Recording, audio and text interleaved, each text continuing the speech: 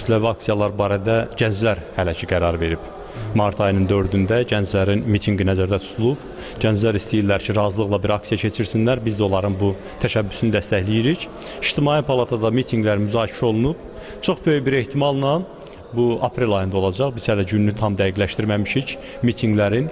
Biz mitinqlərdə ölkədə islahatlar tələb eləyəcəyik. Siyasi məhbusların azad olunmağını tələb eləyəcəyik və bu ölkənin inkişafına xidmət edən tələblərdir.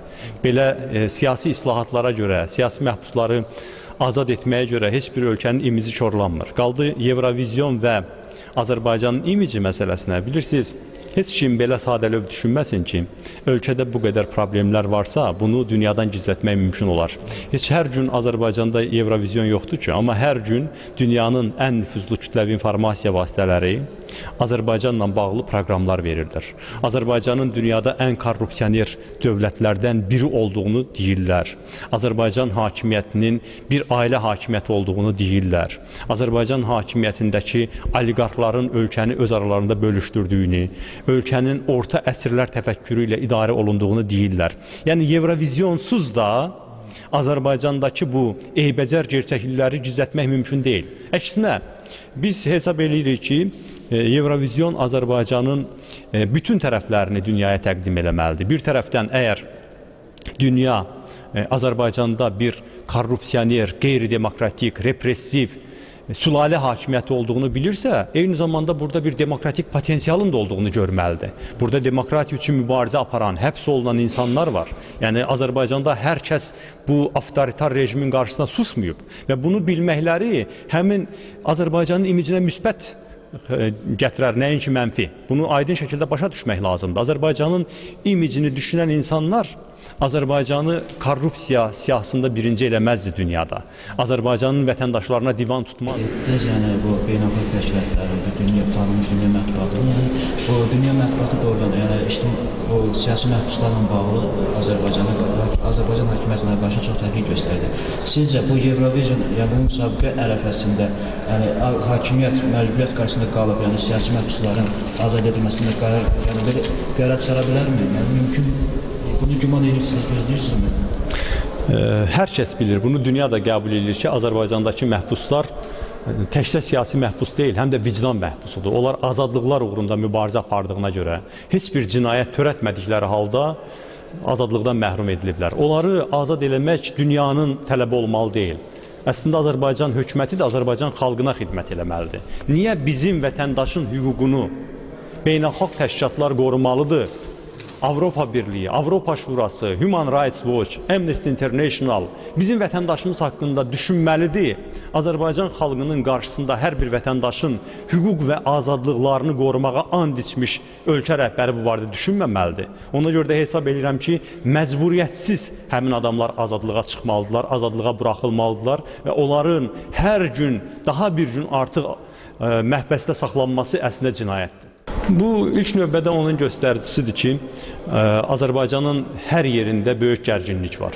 İnsanlar uzun illərin ədalətsizliyindən, hüquqsuzluğundan, sosial çətinliklərdən, onların dövlət orqanları tərəfindən sayılmamasından acıqlıdırlar.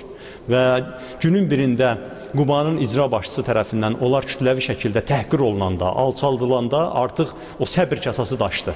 İnsanlar minlərlə küçələrə çıxdılar, onun istifasını tələb elədilər və yəqin ki, nail də olacaqlar. Buradan başqa bir mühüm məqamlar da çıxır ortalığa. Əvvəla, həmin o icra başçısı əslində bugünkü Azərbaycan hökumətinin bir ümumiləşdirilmiş tiplərindən biridir. Yəni, tək deyil o.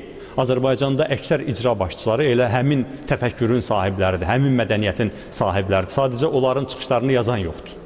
İkincisi, hətta o çıxış yayılandan sonra, indi məlum olur ki, yeni çıxış deyil, bir ay bundan qabaq edilib təqribən. Və bunu dövlət rəhbərliyi bilib. Ölkənin başçısı da bu çıxışı biləndən sonra ki, onun nümayəndəsi Quba cəmaatını bu şəkildə, kütləvi şəkildə təhqir eləyib, onu hələ də bu günə qədər işdən çıxarmayıblar. Bu onu göstərir ki, əslində Azərbaycan hökumətinin də təfəkkürü çox da fərqli deyil o icra başçısının təfəkküründən, bütövlükdə. Və nəhayət, Qubada baş verən hadisələr onu göstərdi ki, Azərbaycan xalqını heçə sayanlar, yorulmuş bilənlər, Azərbaycan xalqının mübarizə əzminin bitdiyini düşünənlər çox ciddi şəkildə yanılırlar.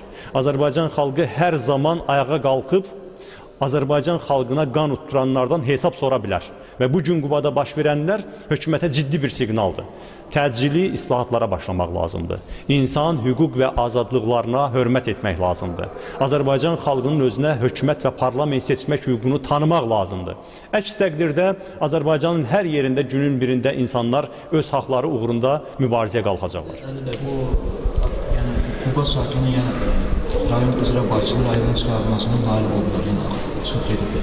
Sizcə bu mitinglərin davamı, ölkədə davamı gələ bilərmi? Bilirsiniz, ölkədə problemlər çoxdur. Amma ölkədəki problemlərin hamısını yalnız Quba cəmaatı tək başına həll edə bilməz. Ölkə əhalisinin hamısı öz taleyinə sahib çıxmalıdır. Ona görə də bugünün mühüm bir işi ondan ibarətdir ki, bir tərəfdən bu başlanmış proses dinc macəradan kənara çıxmamalıdır.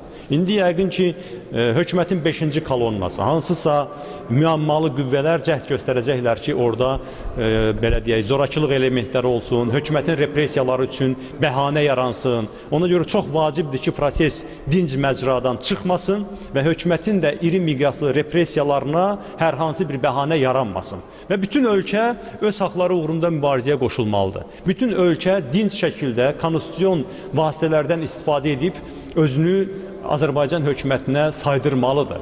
Azərbaycan xalqı hakimiyyətin mənbəyidir və ona görə də Azərbaycan xalqı ilə Azərbaycan hakimiyyəti hesablaşmalıdır.